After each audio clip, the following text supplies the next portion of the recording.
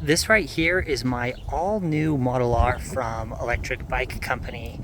And this thing is an absolute beauty. It's fully customized, the color and all the features. So I wanted to give a rundown of unique features that this bike has, because I think it'll be interesting for you guys to see these. It's been a while since I've done a first impressions video like this. I've literally just ridden this bike once, and I rode it here and I started recording. So this will be my fresh first impressions and a rundown of the cool and unique features that this bike has. The first most unique feature, and a feature I've never seen on any other e-bike I've tested, is the dual motors on this e-bike. Normally when you think dual motors, you think electric scooters, but you very rarely see dual motor e-bikes. So the dual motor configuration is actually really interesting as well. Let me move up to the handlebars and show you what I mean. So you can see here that this has the main power switch for the main display. I don't know if you can see that in the light. But there's that, and you can see here you have a throttle, but this throttle only controls the rear motor. So when you turn on the main power, you've got your battery here and your rear motor that pedal assist controls, and also that your throttle controls. And then what they've done is they've actually wired a second display and a second motor, as well as a second battery here in the basket. So it's basically its own independent motor and throttle and stuff. And so kind of a unique feature, and definitely like the highlight or the most unique thing about this bike. Another unique feature is the fact that they've decided to go with a single speed.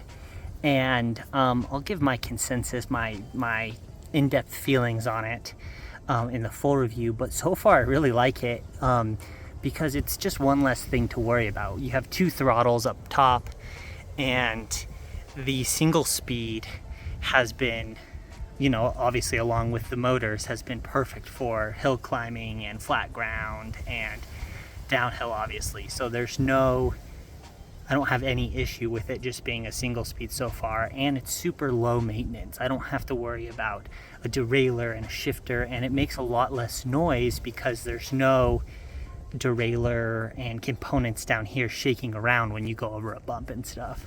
If you've seen any of my scooter or e-bike videos, you know how much I complain about crappy brakes, and they have gone with hydraulic disc brakes on this, and I am so happy. I mean, you would think that a custom bike at this price should totally have hydraulic brakes, so it shouldn't be a surprise, but it is nevertheless really nice, and these levers are nice and long. It is quite a heavy bike, and it's capable of speeds up to 25, almost 30 miles an hour, and so you want that good braking, and you want it in the front and the rear, which it has. So really happy with that.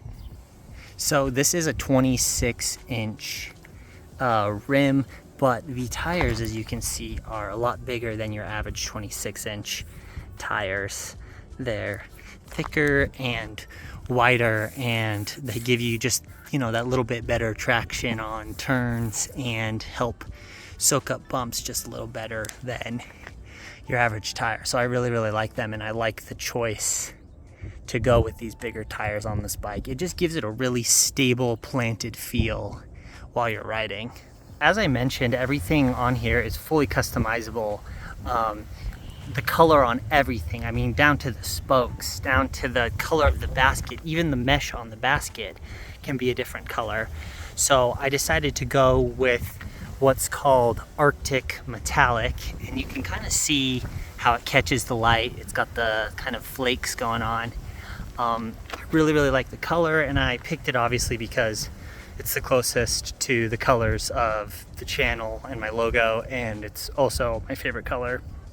And then instead of going for anything too wacky and crazy, I just went all black. So all black suspension fork, all black spokes, all black rims, all black crankset, all black everything. And then I went for the tan accents on the seat and on the handlebar grips, and I really like the way it turned out. So now let's jump on the bike and I'll give you a little demo of the dual throttle operation and give you kind of a feel for what it's like to actually ride the bike. Okay, so to turn on the bike here, we just hold this for a couple seconds, gives you the logo, and then it starts it with the pedal assist off, so you just have to hold down this down arrow for about 3 seconds.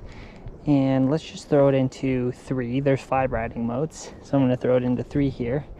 And I like to take off using the throttle and then go into pedal assist, which is something you can do with this bike. So throttle down, and then I can go straight into actually pedaling. So it has a nice gradual acceleration curve. It's not intimidating at all to actually jump on and ride, no matter what your level is. And as I mentioned, it feels so stable and planted. I mean, it's such a comfy bike to ride, and the cruiser style of bike where the bars come back towards you makes it really easy to ride and allows you to like sit straight up and not have to hunch over bars. So it's really comfortable for any ability level and for any size or age of person. I mean, it really is the ideal all person, all capabilities style of bike. Turning feels really good, nice and smooth. So like I mentioned, it has the second throttle here, so I'm gonna go ahead and turn that on here.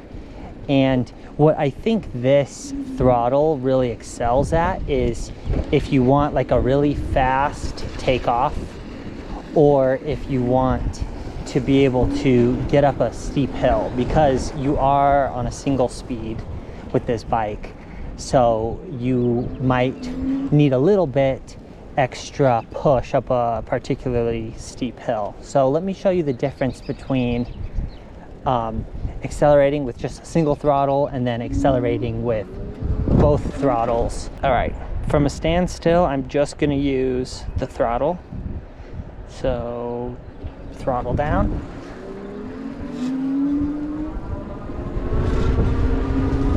And I believe the throttle tops out at, I want to say like 20 or 22 miles an hour. You actually go faster with the pedal assist. And there's 20. So that was a nice gradual acceleration curve. That wasn't anything neck breaking. It'll be interesting to see how it feels with both, because I actually haven't done this test myself. Okay, I think I'm about at the spot where I started the last test, and we're just gonna do both throttles down. Like I said, it's kind of a funny, cool feeling to like slam both throttles down at the same time. So let's see how much a difference, how much the difference in acceleration is. And throttles down. Oh yeah.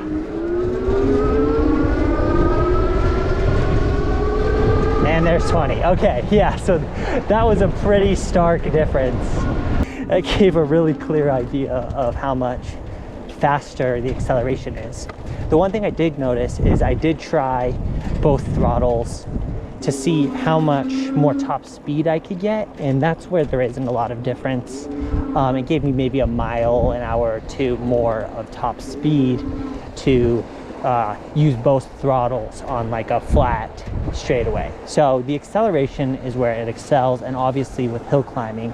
So let's go to a hill and I'll show you the difference in hill climbing with the throttles, because I think it's going to be a very stark contrast, similar to the acceleration test. Okay, I'm going to try and start in the same spot for both tests, but this is just the rear motor throttle, acceleration only, no pedaling, up to the top of this hill. It's not particularly steep, but it's steep enough, I think, to illustrate the benefit of having a second motor. And we're off. Yeah, and we started out on a little bit of a hill, so this is gonna take a second to get up, and this is in the highest speed mode, throttle mode.